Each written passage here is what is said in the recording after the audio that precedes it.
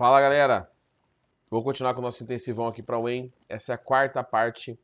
Primeira parte mecânica, link tá aqui embaixo. Segunda e terceira partes, cinemática, link tá aqui embaixo. Se você está vendo isso na sexta-feira, a quinta e a sexta parte, porque essa aqui é a quarta, já estão com os links aqui embaixo na descrição também. Se você está vendo isso na quinta-feira, não tem link porque eu não gravei ainda. Então fica esperto, entra no sábado aí de novo, entra na sexta aí pra ver se os links estão aqui, ou se inscreve aí, depois pipoca pra você, depois se quiser desinscrever, desinscreve, não sei, tá? Mas eu peguei a parte de óptica acústica e análise dimensional, que é esse AD que eu coloquei aí. O que estava aparecendo mais? Já vou adiantar que aqui não tem exercícios de resolução de imagens de espelhos esféricos e nem de lentes, porque não vem aparecendo muito isso na prova.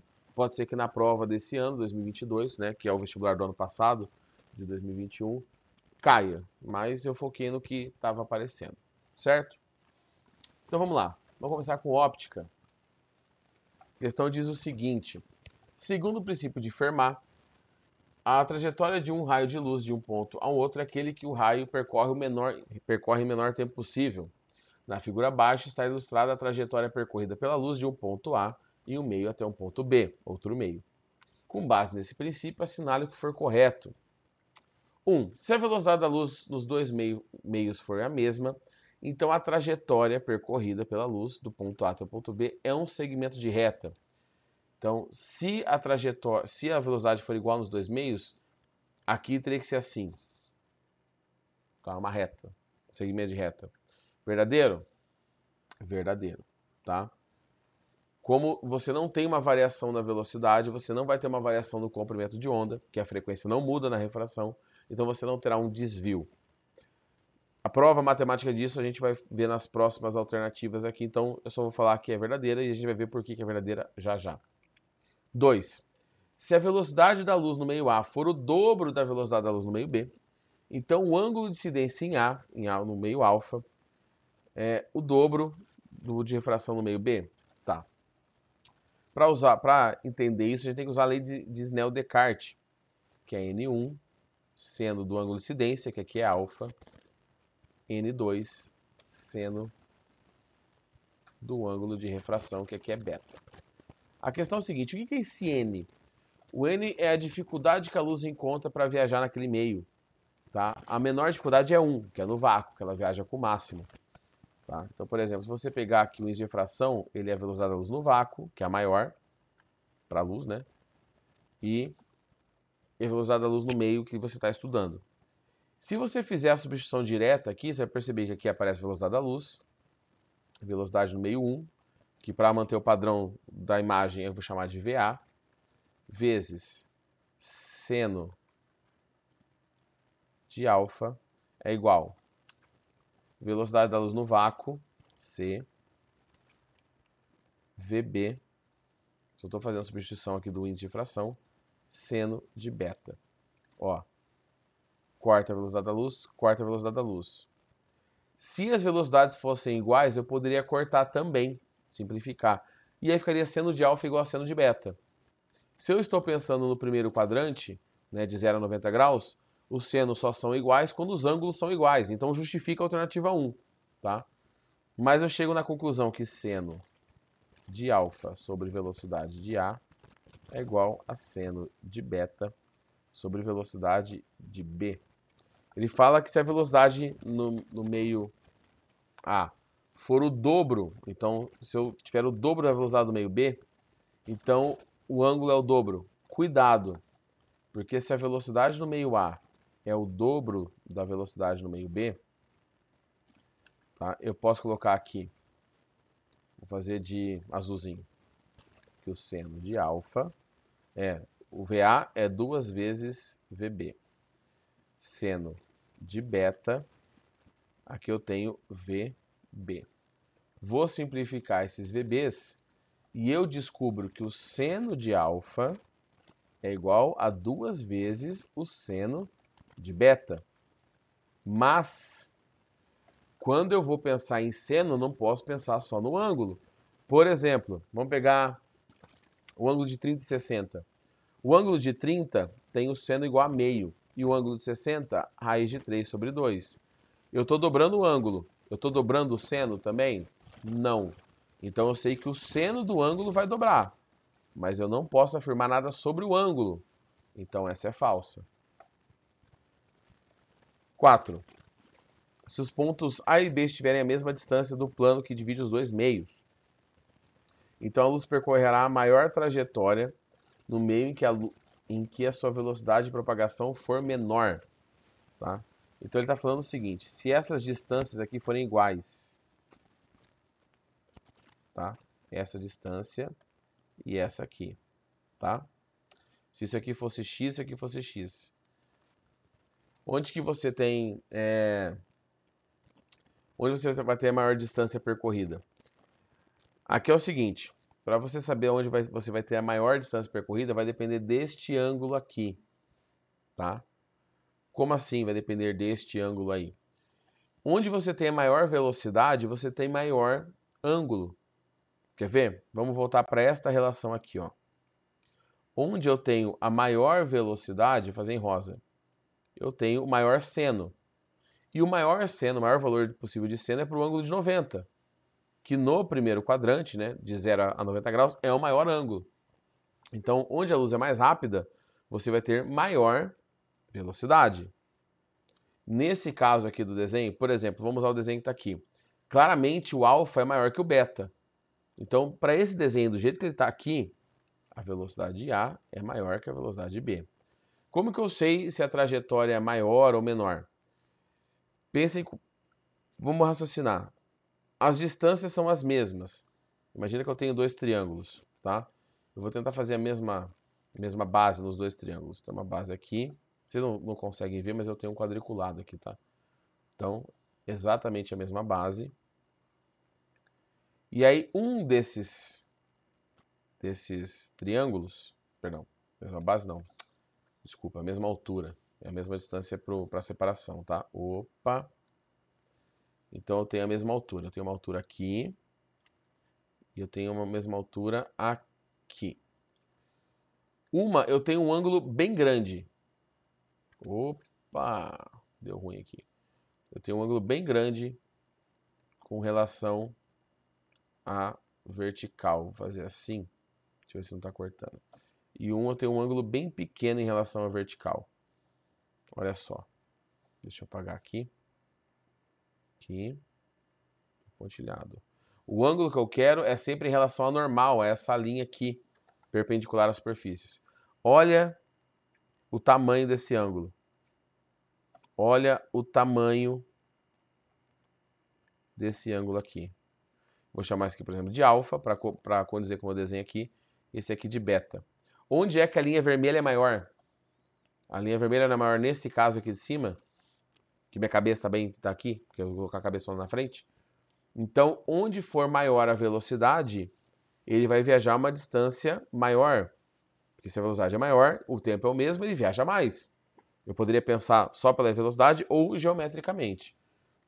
Ele fala que onde a luz percorrer a maior trajetória, a sua velocidade é menor. É o contrário.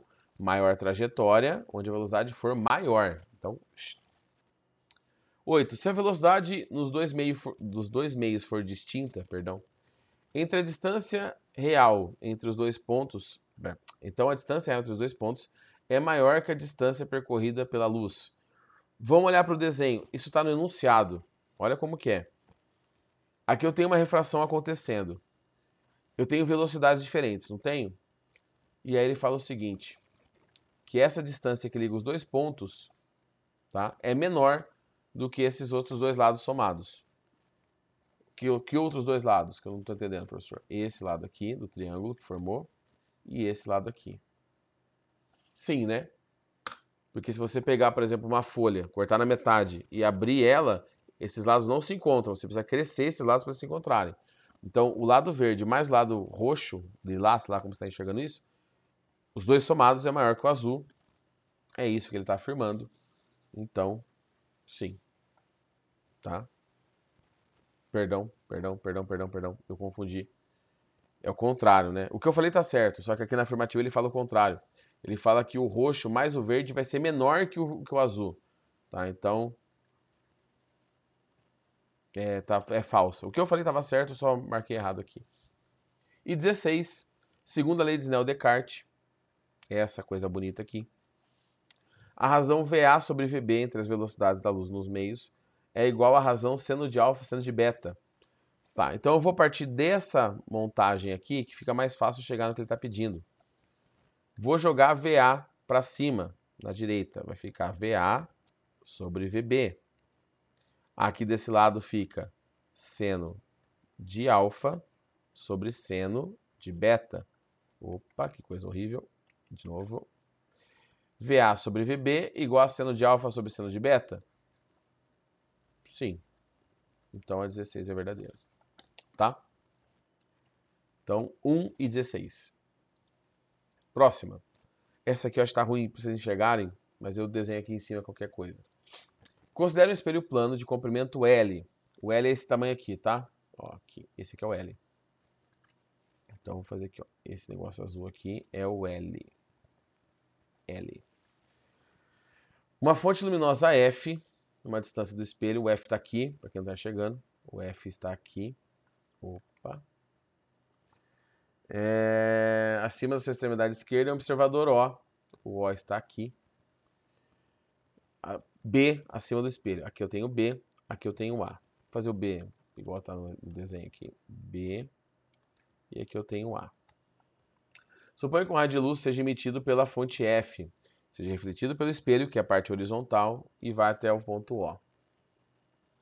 Então, aqui temos uma distância x, esse pedaço aqui que eu vou fazer em amarelo. Tá? Não sei se tá bom para vocês enxergarem, então vou fazer diferentinho aqui. E a parte que está em rosa é L menos x. Tá? Sobre a situação, analise o que for correto. 1. A imagem da fonte F conjugada pelo espelho é real?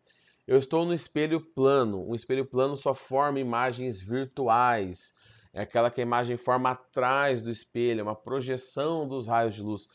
Os raios de luz os raios da luz não vão chegar atrás do espelho. Então, como eles não chegam a uma posição virtual, não é real. 2. A distância entre a fonte F e sua imagem é igual a 2A, tá? Como que eu vou descobrir a distância entre a fonte F e a sua imagem, tá? Eu tenho um espelho, vou fazer aqui do lado, tá? Eu tenho um espelho. Eu tenho uma pessoa parada aqui na frente do espelho. Essa pessoa está a uma distância x. A que distância, se o espelho for plano, a sua imagem estará do espelho? X. Aqui é o objeto. Aqui é a imagem. Verdadeira, tá? O espelho plano, a imagem tem as mesmas características do objeto. A única coisa é que a imagem é revertida, é trocada a esquerda pela direita.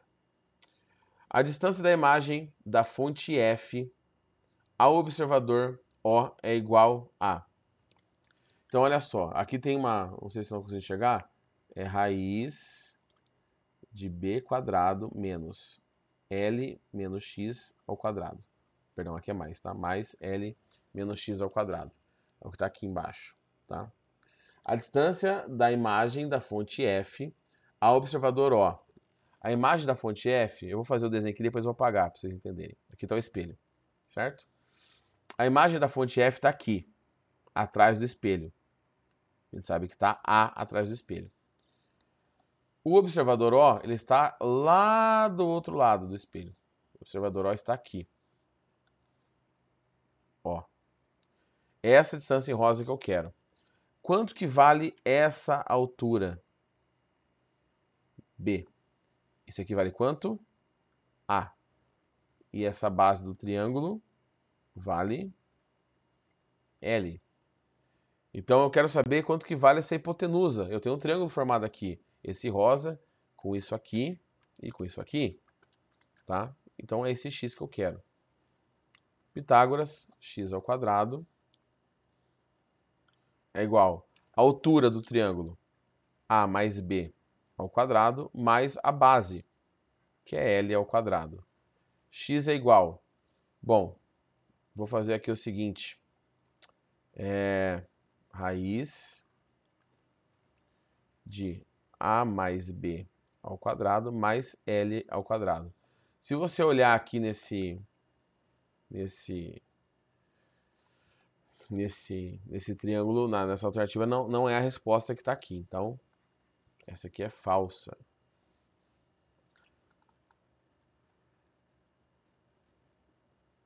8. A distância percorrida pelo raio de luz desde sua emissão pela fonte até a sua recepção pelo observador O é igual. E aí ele coloca um termo aqui, certo?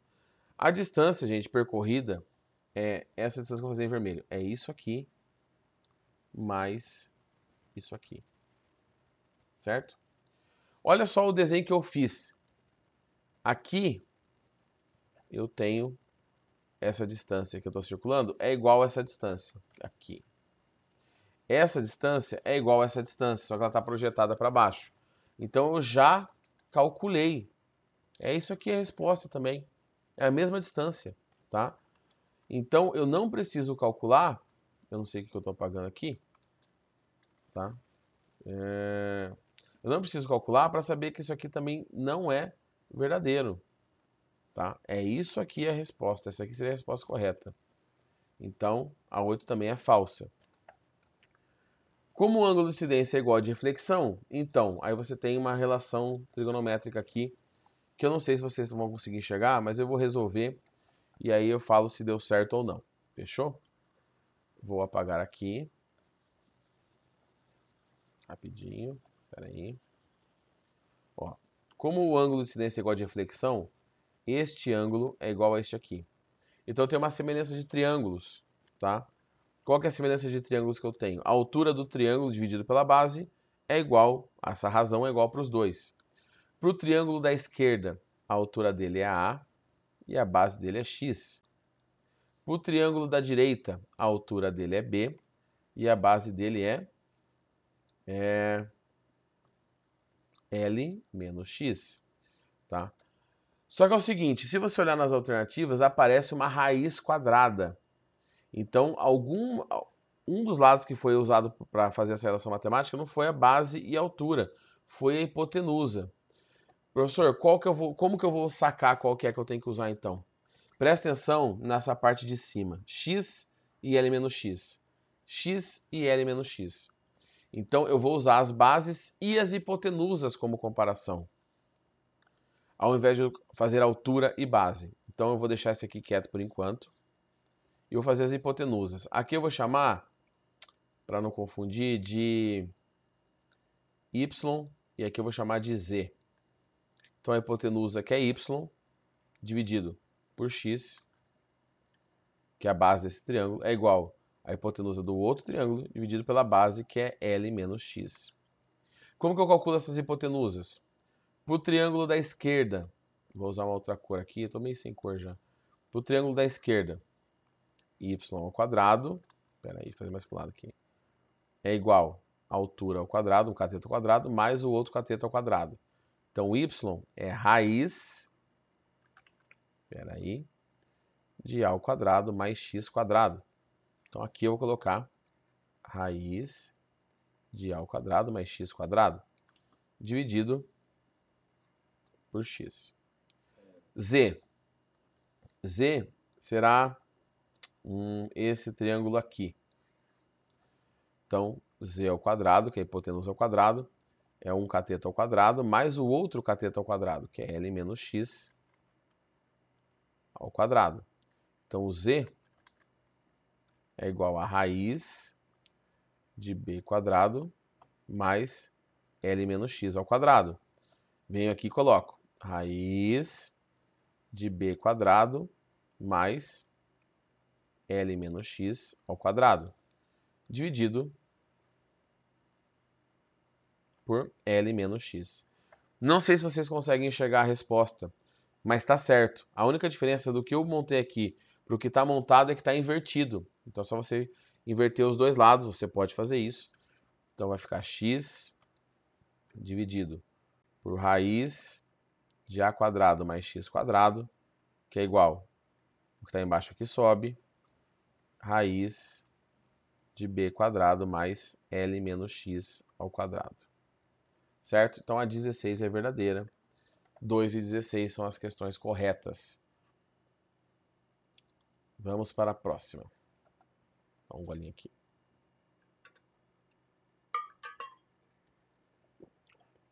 O livro Óptica, de Isaac Newton, apresenta experimentos que tratam da decomposição da luz branca, usando prismas. Sobre um prisma de vidro colocado no ar, sendo atravessado por raios luminosos, assinale o que for correto. Eu não vou nem pausar o vídeo aqui, gente. Quer ver? Vou pegar um negócio aqui na internet para vocês verem o negócio. É essa imagem aqui que ele está falando. Ó. Só que, claro, que não precisa ser exatamente com essa referência, mas é desse fenômeno que ele está falando aqui. Certo? Capinha do disco do Pink Floyd. Todo mundo já viu isso uma vez na vida. E aí vamos para as alternativas. 1. O desvio do raio luminoso produzido por um prisma depende de pelo menos 3 fatores. O ângulo de incidência do feixe na primeira face, o ângulo de refringência do prisma, o ângulo de refringência do prisma e o índice de refração do vidro. Tá. O índice de refração vai determinar quanto desvia. Isso com certeza vai influenciar. O ângulo de incidência na primeira face. Sim, porque se, por exemplo, eu vou fazer de azul aqui. Se eu jogar uma luz perpendicular, essa luz vai chegar perpendicular à superfície, ela vai entrar no vidro e só aqui ela vai sofrer um desvio, tá? Então, dependendo do ângulo que ela chega na superfície, você tem isso aí também. E o ângulo de refringência. Esse ângulo de refringência é esse ângulo aqui de abertura, tá? Aqui de cima. Um prisma mais fechado, ele tem as faces mais afastadas, mais fechado, perdão, as faces estão mais juntas, o desvio acaba sendo menor, porque a luz viaja menos tempo aqui por dentro dele, uma distância menor aqui dentro. Então, sim, a primeira é verdadeira. 2. Quando um feixe de luz branca incide sobre um prisma, o vermelho é o que menos sofre desvio, enquanto o violeta apresenta maior desvio. Vamos olhar para a capa aqui do disco do Pink Floyd? Aqui era o caminho da luz branca. Olha como o vermelho está muito mais próximo do que o violeta. Ele sofre menos desvio.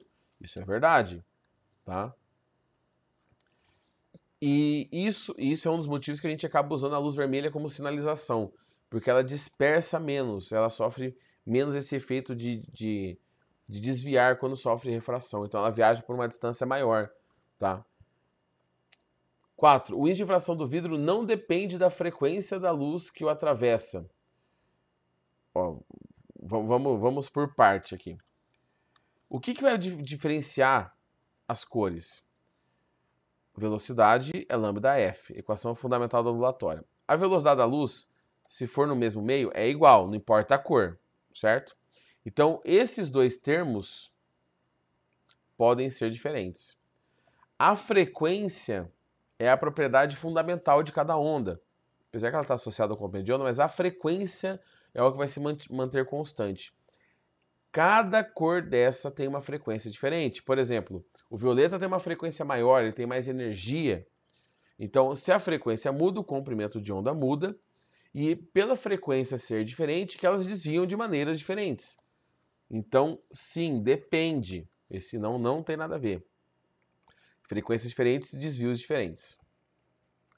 Quando a luz passa de um meio menos refringente, onde a velocidade é maior, menos refringente, a velocidade é maior.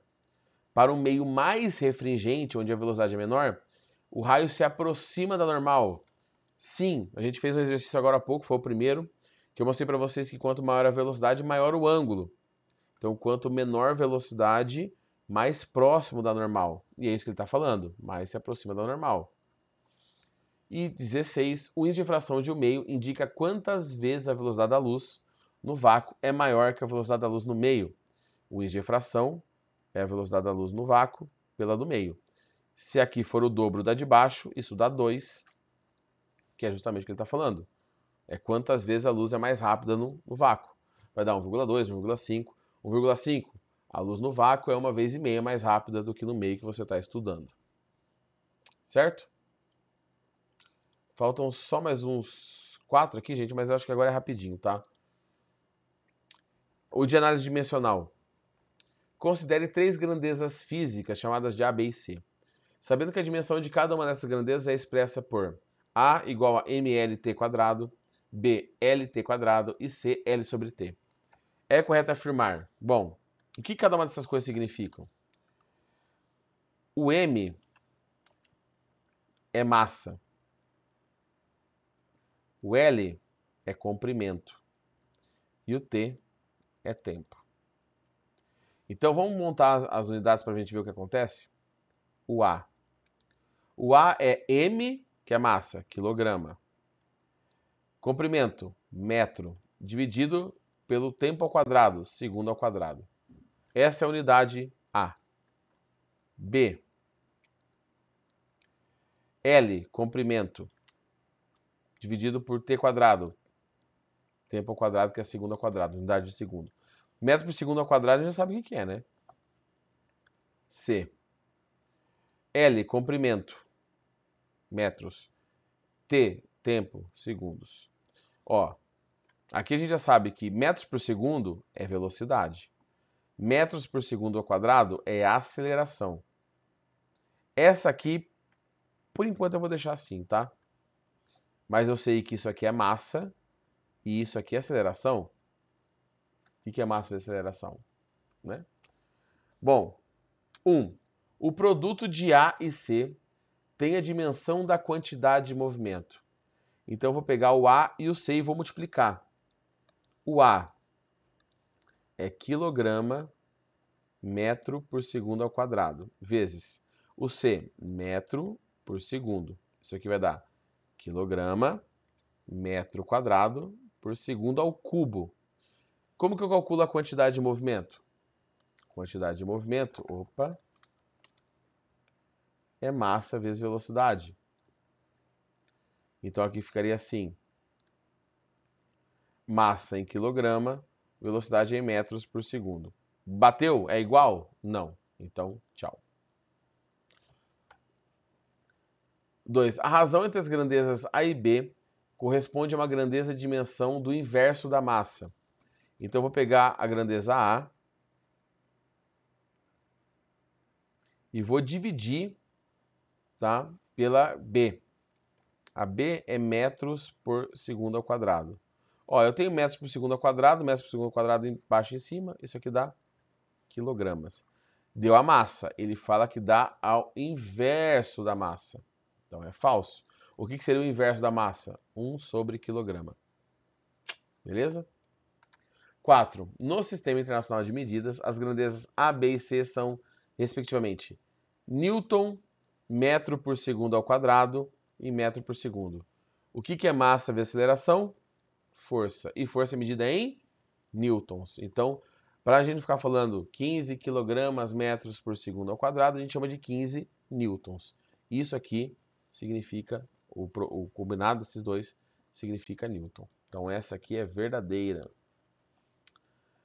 A razão B sobre C tem dimensão de frequência. Então vamos lá. B. B é metros por segundo ao quadrado. Dividido por C. Metros por segundo. Vou repetir o de cima. Multiplicar pelo inverso do de baixo. Massa, massa. O segundo de cima cancela com o quadrado do de baixo. E dá 1 sobre segundo. 1 sobre segundo é por segundo. E por segundo é a unidade de hertz. Então, sim, é a dimensão de frequência. E na equação x de t igual a beta vezes t, para que x de t tenha uma dimensão de comprimento e que t tenha dimensão de tempo, é necessário que m tenha dimensão de c. Então, vamos lá.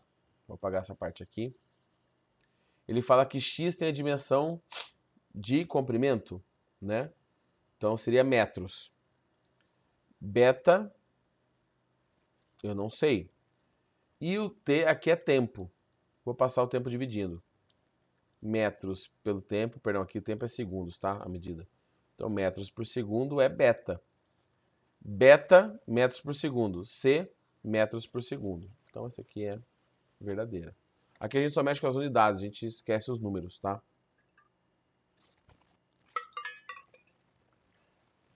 Próximo. Em relação aos aspectos relacionados à visão humana, eu não vi muita questão disso, vi uma só, tá? Mas eu coloquei porque eu acho que talvez é uma boa dar uma revisadinha. Assinado que for correto. 1. A hipermetropia está relacionada aos problemas de anatomia dos olhos. Sim, é um problema de visão. E sua correção pode ser feita por meio de lentes convergentes. O que acontece na hipermetropia? Tá? Na hipermetropia, você tem... Aqui está o olho, aqui está a córnea, aqui está o cristalino.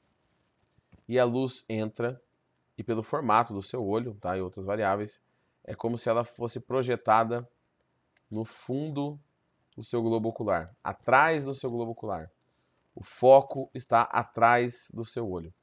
Você precisa aproximar esses raios de luz para que eles se encontrem aqui. Opa!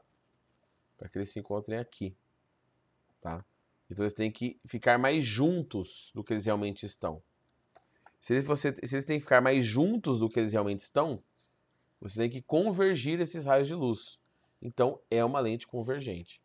Tá? Ela tem que aproximar os raios de luz para você conseguir enxergar melhor. A imagem forma atrás do seu olho. A miopia ocorre devido ao alongamento do globo ocular e para sua correção podem ser utilizadas lentes divergentes. Bom, a miopia, gente, é o oposto da hipermetropia. É tudo trocado, tá? Então você tem o olho aqui, você tem córnea, opa, cristalino, mais ou menos aqui dentro. O raio de luz chega, e aí na miopia ele se cruza antes, aqui eu estou exagerando bastante, tá? Ele se cruza bem antes da retina. Então você precisa, aqui é o foco, você precisa afastar esses raios de luz.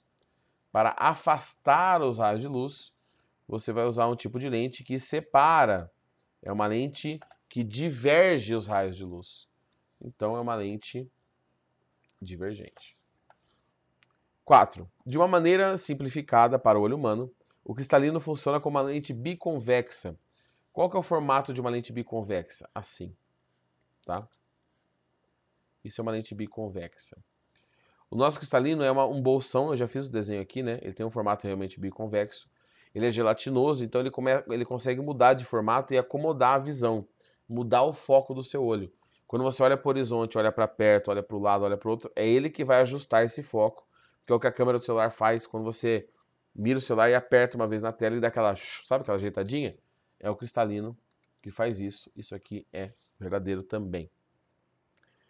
Em analogia ao diafragma de uma máquina fotográfica, a pupila, o buraquinho preto do nosso olho, devido ao seu diâmetro variável, controla a quantidade de luz transmitida ao interior do olho. Sim, muita luz no ambiente, a pupila fecha. Na verdade, a pupila é fechada, né? Ela é só um buraco, então ela é fechada, menos luz entra no olho. Um ambiente escuro, a pupila dilata. Quando você vê em filme, em série, alguém que está lá, não sabe se está morto ou não, alguém vai lá e levanta o olho da pessoa para ver se a pupila reage à luz. Porque como é uma coisa involuntária, tá? O sistema nervoso está controlando, mas você não tem vontade de controlar isso. Se não está reagindo, quer dizer que tem alguma coisa errada com você, neurologicamente falando. Mas sim, é verdade. É o ISO da câmera fotográfica. Para quem sabe alguma coisa de câmera fotográfica aí.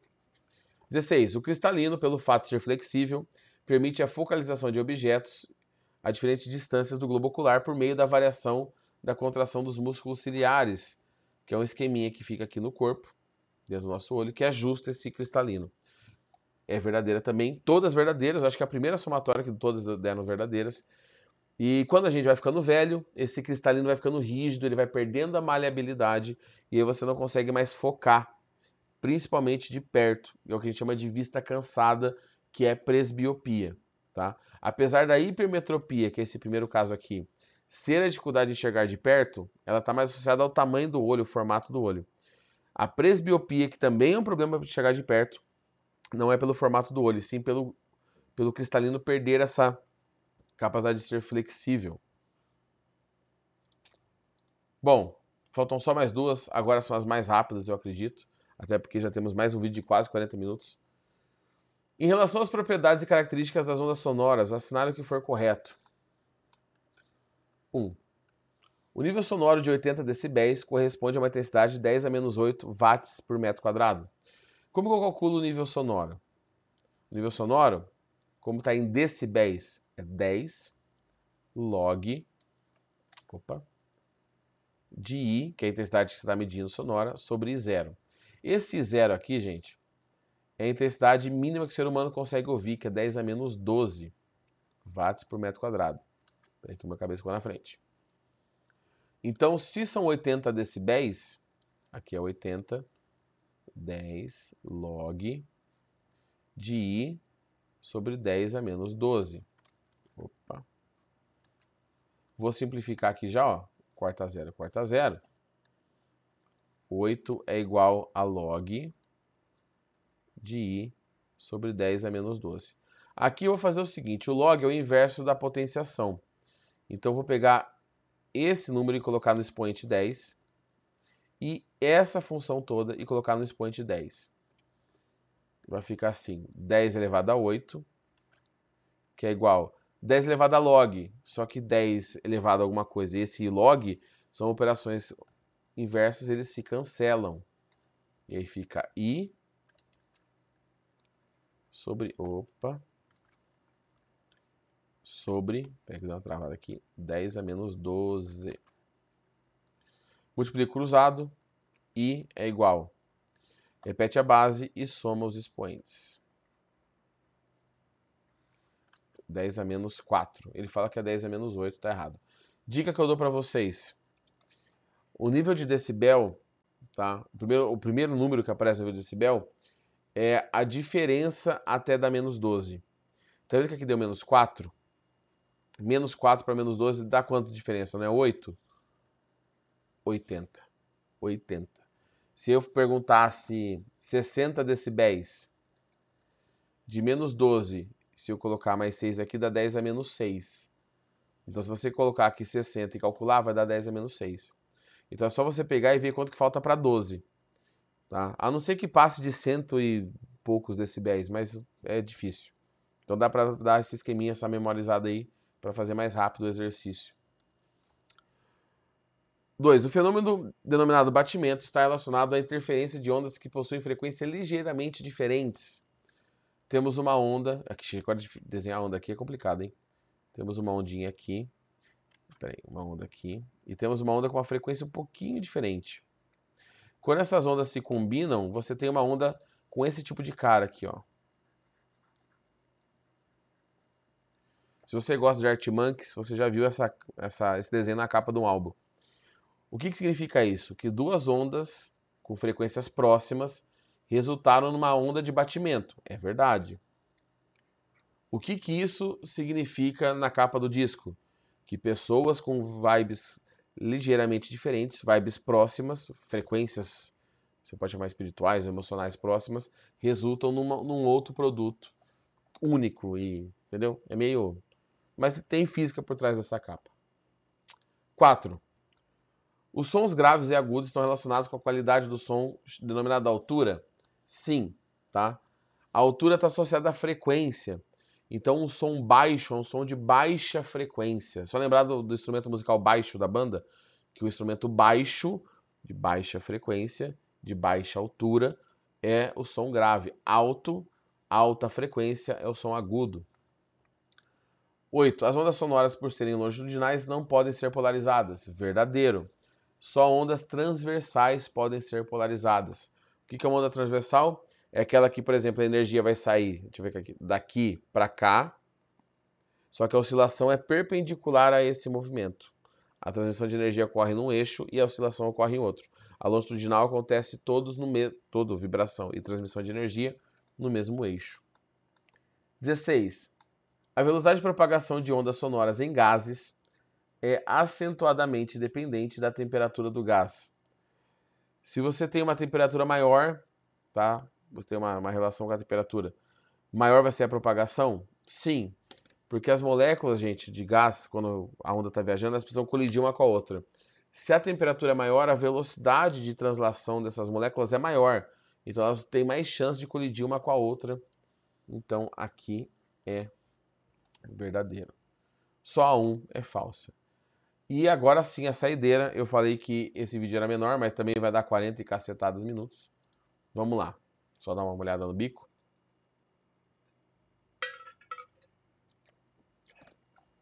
Pedro, que é muito interessado em física, está sentado em um banco às margens da Avenida Beira-Mar Norte, Florianópolis. Ele observa diversos eventos e faz as seguintes anotações. 1. A frequência do som da sirene de um carro de polícia que se aproxima é diferente do som da sirene quando ele está parado. 2.